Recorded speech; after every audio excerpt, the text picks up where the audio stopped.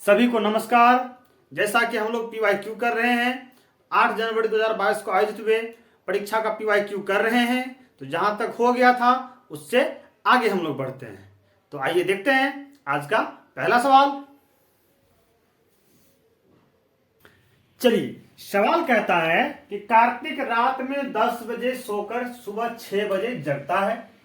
वह दिन का 1/8 भाग खेलने, 1/6 भाग पढ़ने में व्यतीत करता है।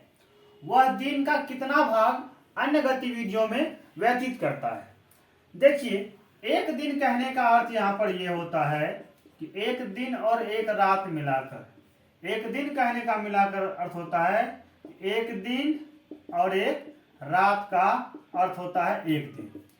एक दिन में होता है 24 घंटे। 24 घंटे। सोने में कितना समय लगाता है ये? सोने में तो रात 10 बजे सोते हैं और सुबह 6 बजे जगते हैं, यानी कि रात 10 से सुबह 6 बजे तक, सुबह 6 बजे तक। तो ये हो गया 10 तो 12 बजे 2 घंटा और 6 2 8, यानी कि 10 से 12 2 घंटा और 1 से फिर 6, यानी कि 8 घंटे वो सोने में व्यतीत करते हैं। इसको निकालने का एक ट्रिक और है कि लास्ट वाला में 12 जोड़ दीजिए और इसको माइनस कर दीजिए। तो 12 6 18 में से 10 गया 8 घंटे। ठीक है, तो 24 घंटे में ये 8 घंटे ये 8 घंटे सोते हैं। अब खेलने का समय कितना खेलता है? 1/8 भाग। किसका 1/8 भाग? एक दिन का यानी कि 24 घंटे का 1/8 भाग, 1/8 भाग, यानी 24 घंटे का मतलब गुना 1/8, 8 एकम 8, 8 तिया 24, यानी कि 3 घंटे वो क्या करते हैं?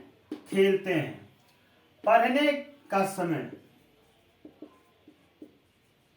का समय या पढ़ाई का समय कितना?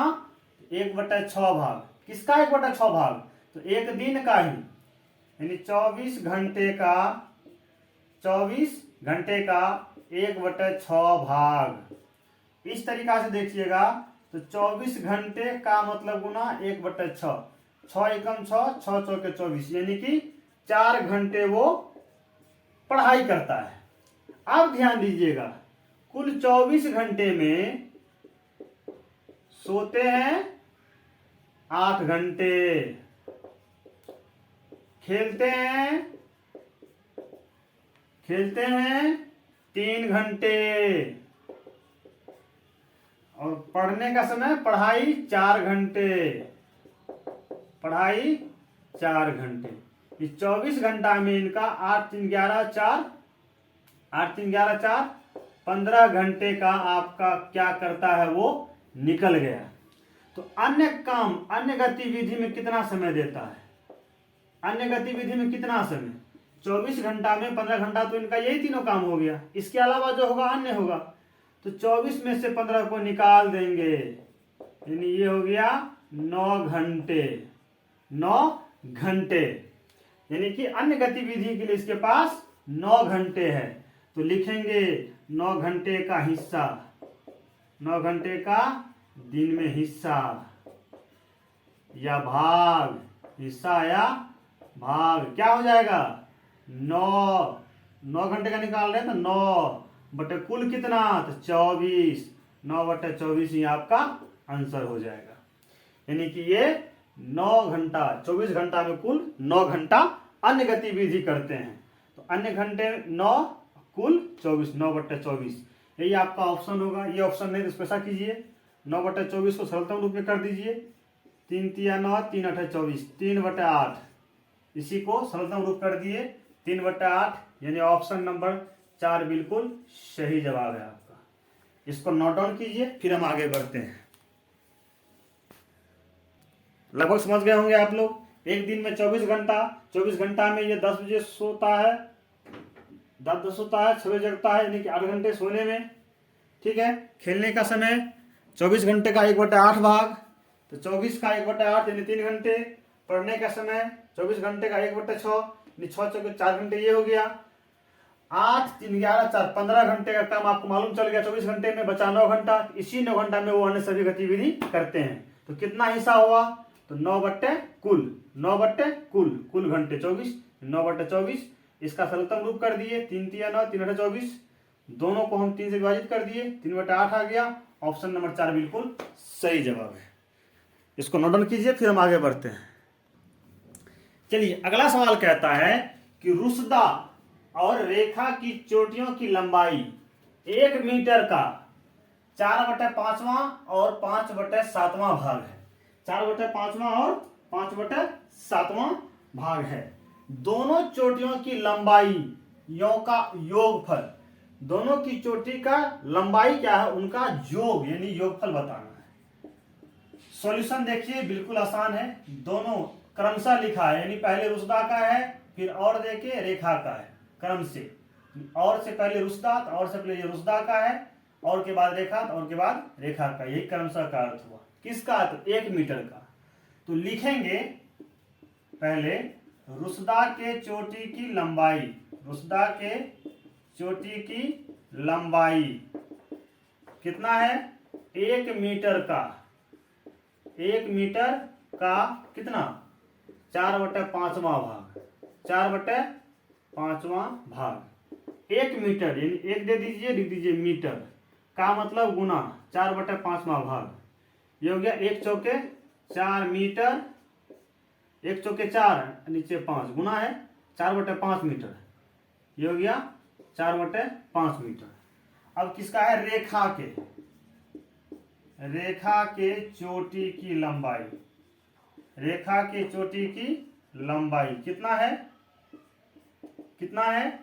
रेखा का है 5/7वां भाग। किसका? 1 मीटर का ही लिखेंगे, 1 मीटर का 5/7वां भाग। ठीक है, 1 मीटर यानी 1 दे दीजिए, लिख दीजिए मीटर का मतलब गुना 5/7। 1 5 5/7, यहाँ है मीटर। ये इसकी लंबाई निकल गई, ये इसकी। अब कहता है दोनों चोटियों की लंबाई का योगफल। लिखेंगे योगफल बराबर दोनों की लंबाई को जोड़ देंगे। यहाँ है 4/5 मीटर प्लस है 5/7 मीटर। आप एक काम कीजिए, 4/5 प्लस 5/7 को लिख दीजिए, दोनों मीटर ही है ना, बाहर में लिख दीजिए मीटर। अब यहाँ 5 और 7 का लघुत्तम ले लेंगे हम लोग, तो 5 और 7 का एलसीएम निकालेंगे, तो ये तो सब 35 ही आएगा। किसी संख्या से लग नहीं रहा, तो दोनों का गुणनफल ही दोनों का मौसा होगा। 5 7 35, 7 बार में विभाजित होगा, 5 से भाग 37 में भिन्न का योग कर रहे हैं। 5 7 35, 7 बार में हो रहा विभाजित, तो 7 से गुना कर देंगे 4 को, प्लस 7 से 35 में भाग देंगे, तो क्या बार में लगेगा? 5 बार में ना। तो 5 से हम क्या करेंगे? गुना कर देंगे 5 को, 5 गुने 5, इतना मीटर। यहां देखिए थोड़ा सा ध्यान से, पहले गुना फिर जो, तो पहले गुना की जाएगी 7 चौके 28 प्लस 5 25 बट्टे 35, इतना मीटर हुआ। दोनों को जोड़िए, 28 और 25 53 बट्टे 35, क्या हो गया? मीटर। ऊपर अधिक है नीचे कम है, तो इसका हम लोग क्या करते हैं? पूर्णांक में कर लेते हैं, यानी 35 से भाग दे देंगे हम लोग 53। एक बार में लगेगा 35, नीचे बच जाएगा आपको 13 में से 5 गया 8 18, यानी ये हो गया 1.18 ऊपर 35 नीचे। इसको लिखेंगे 1 एक बार में लगाए थे 18 शेष हुआ, तो शेष ऊपर नीचे 35 रहेगा ही रहेगा, इतना ही मीटर। इस तरीका से आपका ऑप्शन नंबर 2 बिल्कुल सही जवाब है। ऑप्शन नंबर 2 बिल्कुल सही जवाब है। क्या किए? रुसदा का था 1 मीटर का, तो 1 मीटर का 4/5 निकाल दीजिए, रेखा का भी निकाल दिए, दोनों को जोड़ दिए। जब यहाँ भिन्न का जोड़ा तो एलसीएम लेके 35 हो गया। 5 7 35, 7 बार में, तो 7 गुना 4 28 प्लस 7 5 35, तो 5 25, 28 25 53 हो गया। 53/35 था, नीचे में अधिक ऊपर में, नीचे में कम ऊपर में अधिक था, इसको हम भाग दे दिए, एक बार में लगा 18 शेष बचा, एक बार में लगा तो एक पूर्णांक नीचे शेष बचा 100 ऊपर और नीचे वाला जगह नहीं छोड़ता, 35 से होगा। इस तरीका से ऑप्शन नंबर 2 बिल्कुल सही जवाब है। इसको नोट डाउन कीजिए, फिर हम आगे बढ़ेंगे। चलिए अगला सवाल हम लोग देखते हैं। यहां कहता है कि 10 minus 10 plus 10 minus 10 plus 10 minus 10, ऐसा करके ये चलते रहेगा। कहता है इसका योगफल क्या होगा, जोड़ेंगे तो क्या आएगा। यदि पदों की संख्या सम है, पदों की संख्या क्या है, सम है। सम का अर्थ क्या होता है, बिल्कुल सही, जो संख्या 2 से विभाजित हो वही सम संख्या कहलाता है। जैसे 2 4 6 8 10 12, यानी इसमें इसका कोई चिन्ह तो नहीं है, इसका मतलब प्लस में है। 1 2 3 4 5 6 पद है। आगे में जो डॉट डॉट दिया है, यदि होगा तो 8 पद होगा, 10 पद होगा, 12 पद होगा, 14 पद होगा। जो भी होगा वो सम में होगा, विषम में नहीं होगा। अब कहता है इसका योगफल बताइए। तो यहां देखिए 10 minus 10 plus 10 minus 10 plus 10 minus 10 बढ़ते रहेगा, जब भी आएगा तो सम में आएगा। यहां ध्यान दीजिए, यानी कुछ तो प्लस छिपा हुआ है। इसका देखिए एक बार ध्यान से, तो 2 2 4 2 6 इस तरीका से फिर 2 आएगा। तो हम लोग यहां देखते हैं कि ये 10 रुपया धन है और 10 रुपया कर्ज है। 10 टका आप कमाए, 10 टका आप खर्च भी कर दिए, क्या बचेगा, कुछ नहीं बचेगा, है ना। जितना कमाए उतने कर्ज था, दे लेके बराबर 0, अब कुछ नहीं बचा, 0 ना, 0 मतलब ना धन बचा ना कर्ज बचा। तो ऐसी स्थिति में हम लोग क्या करते हैं, प्लस 10 माइनस 10, 10 में 10 गया 0 प्लस 10 में 10 गया 0 प्लस 10 में 10 गया 0। अब भी आगे आएगा तो इसी तरीका से 10 माइनस 10 ही आएगा, एक साथ 2 आएगा क्योंकि वो सम संख्या में, फिर 0। तो 0 में 0 जोड़ते रहेंगे, कितना ही 0 जोड़ेंगे, है ना। 0 0 100 हो कि 1000 हो, शून्य ही होगा, नहीं होगा। इस तरीका से ऑप्शन नंबर 3 आपका बिल्कुल सही जवाब है। या हम लोग ऐसे सवाल को तो ऐसे देखते हैं, ध्यान दीजिएगा। Plus 10 minus 10 plus 10 minus 10 plus 10 minus 10, इस तरीका से ये चलते रहेगा, सम संख्या में आएगा। जितने प्लस उतने माइनस कट के 0, जितने प्लस उतने माइनस कट के 0, जितने प्लस उतने माइनस कट के 0। इसी तरीका से ये सम संख्या में ही आएगा। 2 4 6 इस तरीका से 8 10 रहेगा। 0 प्लस 0 करते रहिएगा, कोई फर्क पड़ने वाला नहीं है, यानी कि ये 0 हो गया आंसर। कैसा हूं बनाइएगा तो इसका आंसर 0 ही आएगा, यानी ऑप्शन नंबर 3 ही इसका बिल्कुल सही जवाब है। क्यों शून्य नहीं आएगा, क्योंकि संख्या का जो ये पैटर्न है वो सम है, 2 है 4 है 6 है, तो एक साथ 2 मिलके शून्य बन जाता है, इसीलिए शून्य ही होगा। इसको इनका, चलिए इसको नोट डाउन कीजिए, फिर हम आगे बढ़ते हैं। चलिए अगला सवाल कहता है कि विभिन्न गांवों में किसानों की एक दिन की मजदूरी नीचे दी गई है। जैसा गांव है वैसा मजदूरी है। गांव ए में एक दिन की मजदूरी है 185 रुपए, गांव बी में 125, गांव सी में 93 रुपए और गांव डी में 87 रुपए है। जगत गांव ए में यानी इस गांव में कौन, जगत गांव ए में 105 दिन काम करता है। यहां पर ये 105 दिन काम करता है। और रेणु गांव सी में जो है रेणु काम करती है 180 दिन। कितना करती है, 180 दिन 180 दिन काम करती है। कौन ज्यादा रुपए कमाता है और कितने, जगत रेणु से 2685 रुपए अधिक या रेणु जगत से 2685 रुपए ज्यादा, दोनों बराबर या तुलना नहीं कर सकता है क्योंकि एक दिन मजदूरी बराबर नहीं है। ये तो ऑप्शन सरासर गलत लगता है। अभी एक दिन की मजदूरी दी हुई तुलना हम लोग कर सकते हैं। देखिए सॉल्यूशन में कुछ नहीं करना है, सीधा लिखना है जगत 180 दिन 105 दिन काम करता है गांव ए में, तो जगत की मजदूरी कितनी है, जगत की मजदूरी गांव ए में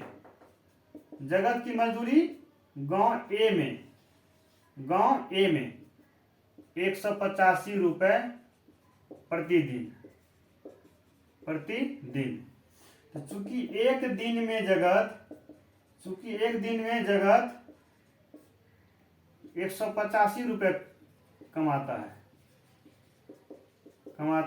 है। इसीलिए कितना दिन में, 105 दिन में, 105 दिन में जगतनाथ कितना कमाएगा? 1 से बढ़ के 105 हुआ तो इससे गुना हो जाएगा। 105 गुना 185, सो गुना कर लीजिए आप। 105 गुना 185, 185 गुना 105 कर लीजिए।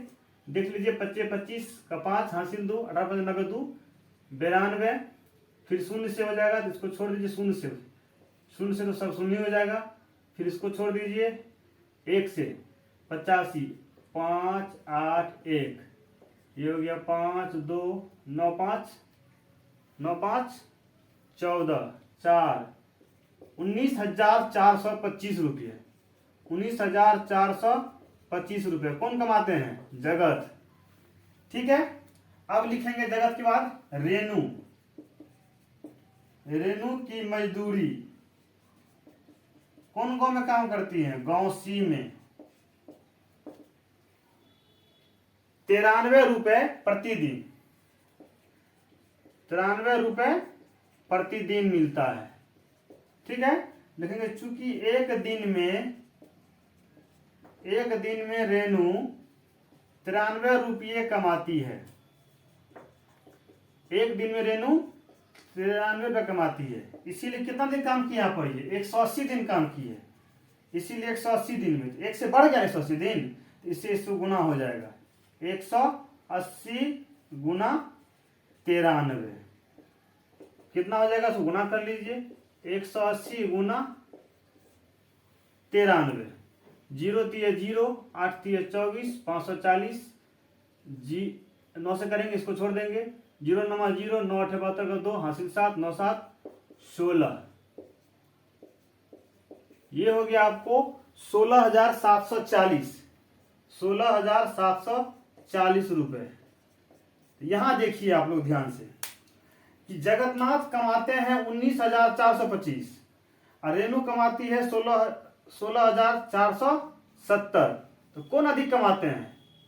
ये 19,000 और ये 16,000। तो क्लियर है कि जगतनाथ अधिक कमाता है। कितना अधिक?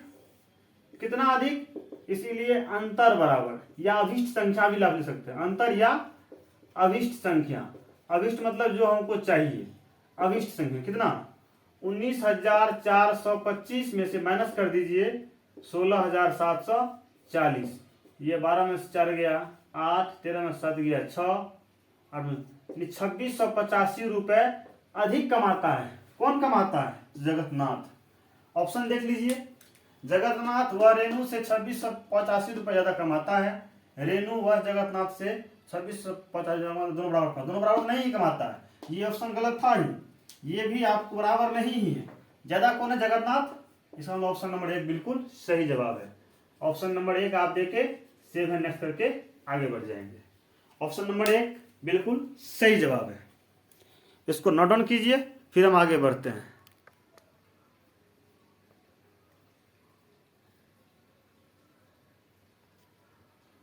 चलिए अगला सवाल, बिल्कुल ही आसान सवाल। आप जब मेरा बेसिक क्लास किए होंगे तो दशांश, शतांश, सहस्त्रांश की जानकारी हम आपको कई बार दे चुके हैं और बहुत अच्छे से दिए भी हैं। ठीक है, इसके सॉल्यूशन में क्या होगा? कहता है निम्नलिखित में से कौन सा 1 और 6 दशांश के बराबर है? ध्यान दीजिएगा, हम बताए थे कि दशमलव से ठीक पहले क्या होता है? इकाई होता है, दहाई होता है, सैकड़ा होता है। ठीक इधर से दशमलव के बाद पहला दशांश होता है, तब शतांश होता है। इस तरीका से हम बताए थे। तो एक ही है संख्या आपको, तो इकाई में क्या हो जाएगा? 1, फिर दशमलव। दशांश में क्या है? तो पहला स्थान दशांश का ही होता है 6, यानी ये संख्या हो गया 1.6। बिल्कुल सही है। कौन सा ऑप्शन सही है? 2, ऑप्शन नंबर 2। चलिए इसका हम दूसरा तरीका अपनाते हैं, सेकेंड मेथड अपनाते हैं। 1 तो 1 प्लस 6 दशांश। दशांश मतलब 10 का हिस्सा है, ये 10 का हिस्सा है ये 10 भाग में 6 भाग, 10 भाग में 6 भाग, यानी ये हो गया 1 प्लस 10 से 6 में भाग दीजिएगा ना, तो नहीं लगेगा। दशमलव जब दीजिएगा शून्य देके तो 10 6 के साथ लग जाएगा, यानी कि ये आपको हो जाएगा 0.6। अब दोनों को जोड़ देंगे। आप जानते हैं कि किसी भी संख्या के अंतिम में दशमलव छिपा रहता है। दशमलव दे के आप जितना उतना शून्य दे सकते हैं, ठीक है ना। तो एक के बाद मान लीजिए दशमलव छिपा हुआ है, तो दशमलव के नीचे दशमलव देंगे, इधर देंगे शून्य, इधर देंगे 6, दोनों को जोड़ दीजिए, यानी कुछ शून्य दे सकते हैं क्योंकि हम दशमलव का इस्तेमाल कर चुके हैं। देखिए क्या आता है, वही आया कि नहीं आया, यानी इसका होगा 1.6 आंसर। फिर से आप समझ लेना है, समझ लीजिए कि ऑप्शन नंबर 2 ही बिल्कुल सही जवाब है। इसको नोट डाउन कीजिए, फिर हम आगे बढ़ते हैं। चलिए अगला सवाल कहता है कि निम्नलिखित में से कौन सा आरोही क्रम में लिखा गया है। आरोही का अर्थ होता है कि बढ़ते क्रम में, इंक्रीजिंग ऑर्डर यानी कि असेंडिंग ऑर्डर। तो बढ़ना है यानी पहले सबसे छोटा लेना है। तो इसमें कौन सा आरोही क्रम में है, तो आप घबराइए मत, एक ही संख्या को उल्टा पुल्टा के समय दिया है। पहले एक जगह जो आया है उस संख्या को हम ले लेते हैं, 0.866, 8.06 है ना। यही संख्या को घुमा फिरा के बार बार दिया गया है।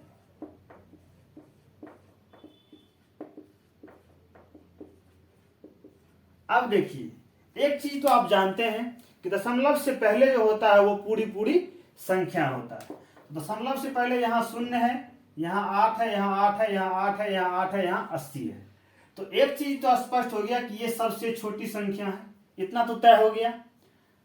0.8 है, मान लीजिए इसको यदि हम मीटर में बोले तो, किलोमीटर में बोले तो 0 किलोमीटर 866 मीटर है।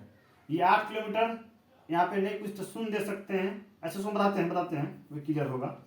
तो ये 0 है, ये 8 8 8 8 80 है, ठीक है। तो 8 ये सब है, यहाँ से यहाँ इसको छोड़ दीजिए। इतना तो तय है ना कि यहाँ 0 है दशमलव से पहले, ये पूरी पूरी संख्या 0, पूरी पूरी संख्या 8 8, यहाँ 80। तो पूरी पूरी संख्या जो है यहाँ पे 0 वाला है, तो ये आपको सबसे छोटी संख्या हो गई, और सबसे बड़ी संख्या ये 80.6 हो गई। इतना तो क्लियर हो गया, दशमलव से पहले वाला देख के क्लियर कर लिए। अब इन चारों में विचार करेंगे कौन सबसे छोटा है। तो ध्यान दीजिएगा, ये तय है, ये तय है, ठीक है ना। यहां देखते हैं 8.06, 8.066, 8.006, 8.60। इतना तो लिखा हुआ है। आपको हम एक चीज बताते हैं बराबर कि आप दशमलव के बाद चाहें तो 1 शून्य दे सकते हैं, चाहे 2 शून्य दे सकते हैं, चाहे 3 शून्य दे सकते हैं, चाहे 5 शून्य, जो मन सो दे सकते हैं। अभी ये कितना था, अभी ये थे 8.06, अभी ये कितना था 8.60 था। लेकिन हम हर जगह 3 3 था, तो 3 3 करने के लिए दशमलव हम शून्य बैठा दिए। अब आप ध्यान से देखिएगा, ध्यान से देखिएगा, ये वाला दशांश जिसका बड़ा वो सबसे बड़ा, देखो ना, इधर पहले संख्या देखेंगे उसके बाद दशांश ही देखते हैं। तो दशांश जिसका सबसे बड़ा, दशांश जिसका बड़ा वो दशमलव वाला संख्या बड़ा। तो ये तीनों तो 0 है, ये तीनों तो 0 है, इसका मतलब इसमें ये सबसे बड़ी संख्या है, इसमें सबसे बड़ी ये संख्या, क्योंकि इसका दशांश जो है इधर तो बराबर था। दशांश देखते हैं ना, दशांश यहाँ पर बिल्कुल 6 है, यानी कि इन चारों में ये सबसे बड़ी संख्या है। यानी इससे ठीक पहले आप इसको लिख सकते हैं 8.60। ठीक है, क्लियर है। अब बच्चा इन तीनों में देखेंगे तो दशांश तीनों का बराबर है। अब क्या करेंगे, शतांश देखेंगे। बिल्कुल सही जवाब, बिल्कुल सही जवाब, शतांश देखेंगे। शतांश में यहाँ भी 6, यहाँ भी 6, यहाँ 0। तो शतांश तो ये तो छोटा हो गया, ये दोनों हाँ ये दोनों बड़ा है। अब ये दोनों में कौन बड़ा, तो सहस्त्रांश देखेंगे। तो सहस्त्रांश में ये छोटा, यानी कि सहस्त्रांश देखेंगे यहाँ पे, इसमें ये छोटा ये बड़ा, यानी कि इसका मतलब है कि ये इन तीनों में सबसे बड़ी है ये, यानी ये हो गया आपको 8.066, 8.066। ये तो क्लियर हो गया। अब इनसे छोटा क्या हो जाएगा, ये हो जाएगा 8.06, 8.06। अब सबसे छोटा कौन हो जाएगा, ये वाला सबसे छोटा हो जाएगा 8.006, इससे छोटा ये है। यही सीक्वेंस जो है आपको कर लेना है। इसके बारे में और समझा देते हैं। ये तो वही तरीका से एक बार हम और समझा देते हैं। 8.06 दिया हुआ था, 8.066 दिया हुआ था, 8.006 दिया हुआ था, 8.60 दिया हुआ था। आप क्या कीजिए, पूरा 3 करने के लिए 3 को शून्य दे दीजिए। इधर तो बराबर ही है ना, इसको हटा दीजिए। इधर देखिए अब 3 सब जगह पूरा कर दिए हैं। तो सबसे ज्यादा क्या 66, सॉरी सबसे ज्यादा क्या हो जाएगा 600, 66, 60, 6। सबसे बड़ा 600 वाला, फिर इससे कम 66 वाला, फिर इससे कम 60 वाला और अंतिम में कम 6 वाला। ये अपना ये पर्सनल एक अलग टाइप का सोच के करते हैं, लेकिन ये जो तरीका आपको हम बताए ये बिल्कुल आपको ऑथेंटिक और एकदम सही होता है। ये भी बिल्कुल सही है, लेकिन ये आपको तब अपनाना है जब इसमें समझ में नहीं आएगा तब। ये लोकल हो गया, ये आपको परमानेंट हो गया, समझ लीजिए। ठीक है, तो इस तरीका से ये वाला पैटर्न खोजेंगे कि हमको कहाँ मिलता है। 08866 8006 806, ये ऑप्शन नंबर 3 में ये बिल्कुल सटीक बैठता है, यानी ऑप्शन नंबर 3 आपका बिल्कुल सही आंसर है। आप इसको करके देख लीजिएगा, दोबारा समझना हो तो फिर से आप रिव्यू कर लीजिएगा, है ना, दोबारा देख लीजिएगा। यहाँ जो हम बताए अभी आपको, इधर सब बराबर ही था तो इसको हटा दिए। पहले दशांश देखे, दशांश में जो बड़ा सो बड़ा तो 6 था, यानी ये सबसे बड़ा।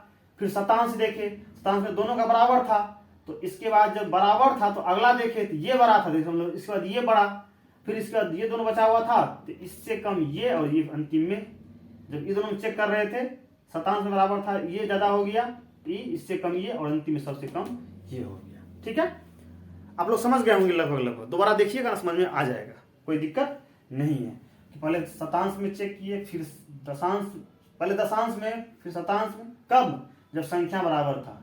पहले दशांश में देख लिए, फिर शतांश में देख लिए, शतांश में बराबर मिला तो दोनों को कंपेरिजन करने के लिए हमने शतांश देखा, ये अधिक था तो उसके बाद ये, यहाँ पर कम था शतांश में तो ये, और अंतिम में जब इन दोनों को देख लिए तो सहस्त्रांश में सिर्फ 6 था, ये इधर दोनों जगह 0 था, सबसे छोटा इसमें ये हो गया। और आरोही क्रम था तो पहले सबसे बड़ा और सबसे छोटा हमने लिख दिया, फिर इससे जो मतलब थोड़ा कम मिला यहाँ लिख दिए, इससे थोड़ा कम यहाँ, इससे थोड़ा कम यहाँ, अंतिम सबसे कम यहाँ और सबसे कम यहाँ। इससे बड़ा ये, इससे बड़ा ये, इससे बड़ा ये, इससे बड़ा ये, इससे बड़ा ये, इससे छोटा ये, इससे छोटा ये, इससे छोटा, इससे छोटा, अंतिम सबसे छोटा। ये हो गया आपको आरोही क्रम। इधर से लिख दिया आरोही क्रम। यदि अवरोही पूछा तो उसको उल्टा कर देते, है ना, वो पूछा नहीं, हम उसके देना ही नहीं है। तो इसको आप लोग समझ गए होंगे, इसको नोट डाउन कीजिए, फिर हम आगे बढ़ते हैं। चलिए अगला सवाल देखते हैं। सवाल तो बहुत लंबा चौड़ा है। म्याऊं खेल को खेलने के लिए सभी एक गोले में खड़े हो जाते हैं। ठीक है, एक खिलाड़ी बोलता है 1, अगला खिलाड़ी कहता है 2, और ऐसे ही खेल चलता रहता है। जिस खिलाड़ी को 7 या फिर 7 से भाग होने वाली संख्याएं बोलनी है वह संख्या की जगह म्याऊं कहेगा। जो म्याऊं कहना भूल जाएगा वह खेल से बाहर हो जाएगा। अंत में म्याऊं बोलने वाला खिलाड़ी जीत जाएगा। विजेता बनने के लिए निम्नलिखित में से किस समूह की संख्याएं आने पर म्याऊं बोलना चाहिए। ध्यान दीजिएगा, सभी एक लाइन में खड़े हो गए। ठीक है, ये बोल रहा 1 2 3, 1 2 3 4 5 6, 7 नहीं बोलना है। 7 जिसको बोलना है वो 7 नहीं बोले म्याऊं, ये 7। फिर 8 9 10 11 12 13 14 नहीं बोलना है, क्योंकि 14 7 से विभाजित होता है। ये 14 नहीं बोलेगा, ये बोलेगा म्याऊं। 7 वाले, 14 वाले, 21 वाले, 28 वाले, 35 वाले, यानी 7 से जो भी संख्या विभाजित है वो नंबर जब बोलना होगा तो वो नंबर नहीं बोलेगा म्याऊं। यदि बोलने में गलती कर दिया तो खेल से आउट। ठीक है, तो किस समूह में जो है म्याऊं बोलेगा जो वो, तो इसका मतलब है यदि ये तीनों 7 से विभाजित हो, जैसे यहाँ पे 7 14 21 28 35 है, ये सभी 7 से विभाजित है, तो इन सब नंबर पे उनको म्याऊं बोलना है, क्योंकि ये सब 7 है चाहे 7 से विभाजित है। तो हम तीनों संख्या में 7 से भाग लगा के देख लेंगे। यदि तीनों संख्या 7 से पूर्णतः विभाजित होगा तो वही संख्या होगा। ठीक है, तो 7 से विभाजित का नियम हम आपको पढ़ाए थे। हम जिस समय विभाजिता की जांच या नियम पढ़ा रहे थे उस समय हम 7 से पूर्णतः विभाजित का हम नियम पढ़ाए थे कि जो संख्या 99 से अधिक हो, बताए थे कि इकाई की संख्या को 2 गुना करके बाद बाकी में से घटा दीजिए। यदि वो विभाजित है तो 7 से विभाजित है, नहीं है तो नहीं है। अब मान लीजिए परीक्षा हॉल में आपको ध्यान नहीं आ रहा है कि 7 से पूर्णतः विभाजित का नियम क्या था, तो उस समय कैसे करेंगे, तो हम दोनों पे बता देते हैं। ध्यान दीजिएगा, ध्यान दीजिएगा, बस समझ जाइएगा पढ़ में। ये 7 से विभाजित है कि नहीं देखना है। तो 4 दूनी 8 होता है। 8 जो है ना, 4 के अलावा 15 में से घटा दीजिए, 15 में से 8 गया 7, तो 7 से विभाजित है। इसका मतलब ये 154 जो 7 से विभाजित है। यहाँ देखिए 2 दूनी 4, 4 घटाइए 19 में से, 19 में 4 गया 15, 15 विभाजित है 7 से, नहीं, तो ये संख्या 7 से विभाजित नहीं है। यहाँ देखिए 1 दूनी 2, 19 में से 21 में से 2 घटाइए 19, 19 7 से विभाजित है, नहीं है, तो 7 से विभाजित नहीं है। ये ट्रिक पे बनता है कि इकाई के अंक को 2 गुना कर दीजिए और बाद बाकी में से घटा दीजिए। यदि घटाने के बाद 7 या 7 से अधिक आता है, 7 या 7 का गुना जाता है, 14, 21, 28, तो वो संख्या जो है 7 से पूर्णतः विभाजित होगा। ये नियम है। फिर से बोल रहे हैं, अच्छा सुनिए, वो संख्या 99 से ऊपर पे ये लागू होता है। 99 से ऊपर पे ये नियम लागू होता है। इकाई के अंक को 2 गुना करके बाद बाकी संख्या में से घटाने पर यदि 7 या इनके गुणज 7 या 7 के गुणज मिलता है, तो वो संख्या 7 से विभाजित है। 4 दूनी 8, 15 में से घटाया 8, 7 आया, तो ये संख्या 7 7 विभाजित है। तो ये संख्या 154 जो है 7 से जब भाग 154 में ये पूर्णतः विभाजित है। 7 दूनी 14, फिर 7 दूनी 14, ये 192 में 2 दूनी 4, 4 घटाया 19 में से 15 आया, 15 तो 7 से विभाजित नहीं है, तो ये संख्या भी 7 से विभाजित नहीं होगा। 7 दूनी 14, 5 2, 7 7 49, 3 बच गया ना, नहीं है। ये भी 1 दूनी 2, 1 दूनी 2, 21 में से घटाया 2, 19, 19 7 से विभाजित है, नहीं है, तो ये संख्या विभाजित नहीं है। यानी 1 को विभाजित हुआ, 2 को नहीं हुआ। इसका मतलब ये ऑप्शन तो बिल्कुल सही नहीं है। अगला देखते हैं 147 में 7 दूनी 14। अच्छा हाँ, यहाँ शून्य होना चाहिए, 0 या 7 या 7 के गुणज, ध्यान में आ गया, 0 या 7 या 7 के गुणज, ठीक है। तो यहाँ देखिए 7 दूनी 14, 14 में से 14 गया 0, तो 0 भी नियम में है, 0 7 या 7 के गुणज, तीनों में से कोई एक हो, तो ये संख्या 7 से विभाजित होगा। यानी 7 दूनी 14, 14 घटेगा 18 में से 4 आएगा, 4 ना तो 0 है, ना 7 है, ना 7 के गुणज है, ये संख्या 7 से विभाजित नहीं है। यहाँ देखिए 0 दूनी 0 में गुना करेंगे तो 0 ही होगा, 0 घटाएंगे 21 में से 21 ही होगा। इसका मतलब है कि 21 7 से विभाजित है, तो हाँ है, इसका मतलब ये संख्या भी 7 से विभाजित है। यहाँ देखिए 6 दूनी 12, 12 में से 12 घटाएंगे 0 आ जाएगा। देखिए क्या 0 7 या इसका गुणज, या इसका गुणज है ना, तो 6 दूनी 12 में से 12 गया 0, हाँ ये संख्या 7 से विभाजित होगा, एकदम होगा। देख लीजिए ना, 7 से 126, 7 एकम 7, 56, 7 8 56 हो गया ना विभाजित। यहाँ देखिए 2 दूनी 4, 4 घटाइए 16 में से, 16 में से 4 गया 12, 12 विभाजित होगा 7 से, नहीं होगा, ये संख्या 7 से विभाजित नहीं होगा। भाग देके देख लीजिए ना, 7 दूनी 14, 2 पर 2, 7 21, एक बच गया ना, 5 दूनी 10, 5 दूनी 10, 10 घटाइए इसमें से, 17 में 10 गया 7, 7 7 से विभाजित है ना, तो हाँ है, तो ये संख्या भी 7 से विभाजित हो जाएगा। 7 से भाग दीजिए 175 में, 7 दूनी 14, 7 दूनी 14, 35, 7 5 35 हो गया ना, पूर्णतः विभाजित हो गया ना। अब परीक्षा में मान लीजिए आपको ध्यान आ ही नहीं रहा है, तो तुरंत हम 7 से सब में भाग करके देख लेंगे, है ना। ये तो नियम पे हम बैठा रहे थे। अब यहाँ देखिए हम 7 से भाग करके तुरंत देख लेते हैं। 7 से भाग करेंगे 133 में, 7 एकम 7, 63, 7 63, हाँ ये 7 से विभाजित है। 154 को करके तुरंत देख लेंगे, 7 दूनी 14, 1 और उस पर 4, 7 दूनी 14, हाँ ये भी पूर्णतः विभाजित है। 203, 203 तुरंत भाग कर लेंगे 7 से, 7 दूनी 14, 63, 7 63, हाँ ये भी विभाजित है 7 से। यानी कि ऑप्शन नंबर 3 का सभी संख्याएं 7 से पूर्णतः विभाजित है, इसीलिए आपका ऑप्शन नंबर 3 बिल्कुल सही जवाब है। क्लियर है। अब आपको परीक्षा में यदि नियम याद रहा तो ठीक है, नहीं तो तुरंत भाग कर लीजिएगा। कैसे, 154 था ना, 192 था ना, 211 था, बटा 7 कर दीजिएगा। 7 दूनी 14, 15 14 गया 1, 1 5 4 14, 7 दूनी 14, हाँ ये विभाजित है। यहाँ 7 से 7 दूनी 14, 52, 7 49 नहीं लगा, ये नहीं है। तो यहाँ 7 से 7 तिया 21, एक उतरेगा, नहीं लगेगा, नहीं हुआ। जरूर लगाएंगे तो 1 बच ही जाएगा, 0 बार में लगाएंगे तो 1 बच ही जाएगा, ये भी नहीं हुआ। इस तरीका से या तो आप नियम जानते हैं तो नियम बना लीजिए, या तुरंत भाग दे दीजिए, या इस तरीका से लिख के तुरंत भाग करके देख लीजिए। कोई ना कोई एक तरीका, सटीक तरीका, हमको तो लगता है नियम ही ठीक रहेगा। नियम याद नहीं है तो इस तरीका से करके देख लीजिएगा। ये भी आपको याद नहीं है तो थोड़ा सा फास्ट में सबको भाग दे के ही देख लीजिएगा। हमको लगता है यह सवाल आप लोग समझ गए होंगे, इसको नोट डाउन कीजिए, फिर हम आगे बढ़ते हैं। सवाल तो समझ गए होंगे कि जो ग्रुप का सभी संख्या 7 से पूर्णतः विभाजित है वही ग्रुप मियाओं के लिए विजेता को बोलना होगा। ठीक है, ठीक है, इसको समझ गए होंगे, इसको नोट डाउन कीजिए, फिर हम आगे बढ़ते हैं। चलिए अगला सवाल कहता है कि एक प्रारंभिक कक्षा में भिन्नों का प्रयोग करने के लिए, किसका प्रयोग करना है? भिन्नों का प्रयोग करने के लिए शिक्षक के लिए निम्नलिखित में से कौन सा सबसे अधिक उपयुक्त है? पानी से भरे गिलास में 1/3 पानी पीने से कितना बचेगा? 1/2 का मतलब क्या होता है? आप एक सेब को 4 मित्रों में समान रूप से कैसे बांटेंगे? यदि किसी व्यक्ति को किसी कार्य को पूरा करने में 10 दिन लगते हैं तो 1 दिन में कितना कार्य पूरा करेगा? ये लगभग घुमा फिरा के ये चल जाता है एक ही नियम पे, ये चला जाता है एक ही नियम पे। 10 दिन में इतना तो 1 दिन में कितना, एक ही नियम पे चला जाता है। उसके बाद है 1/2 का मतलब क्या होता है? ये पूर्णतः भिन्नों का प्रयोग पर यह सवाल नहीं है।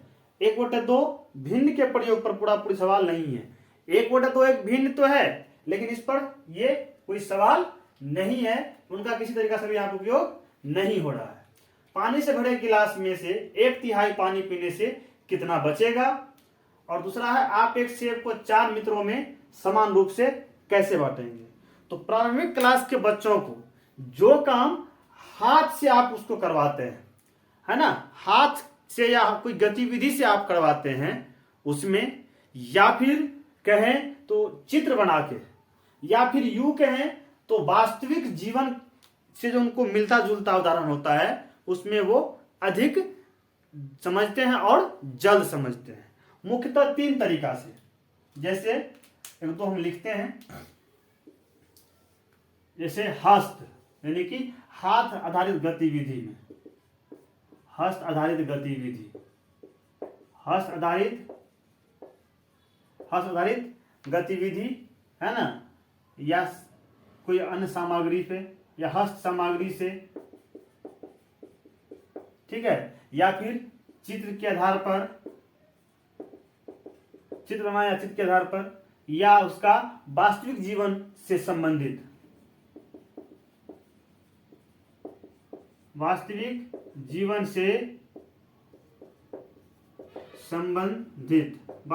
से संबंधित उदाहरण या प्रयोग। तो इस आधार पर हम देखें तो आप एक सेब को 4 मित्रों में समान रूप से कैसे बांटेंगे, ये अधिक उपयुक्त हमको लगता है। कि 4 मित्र है, एक को सेब दे दिए, कैसे बांटोगे? अच्छा, पहले 20 से काटोगे, फिर दोनों को अलग अलग 20 से काटोगे, कितना भाग हुआ, है ना। तो यहां पर भिन्न का प्रयोग हमको सबसे अधिक उपयुक्त लगता है। तो इस तरीका से ऑप्शन नंबर 3 बिल्कुल सही जवाब है। इसको नोट डाउन कीजिए, फिर हम आगे बढ़ते हैं। और हाँ, आज की क्लास यहीं तक रुकेगी। आप लोगों को यदि पसंद आता है तो आप लोग शेयर करें। एक बार पुनः आप लोगों का बहुत बहुत शुक्रिया।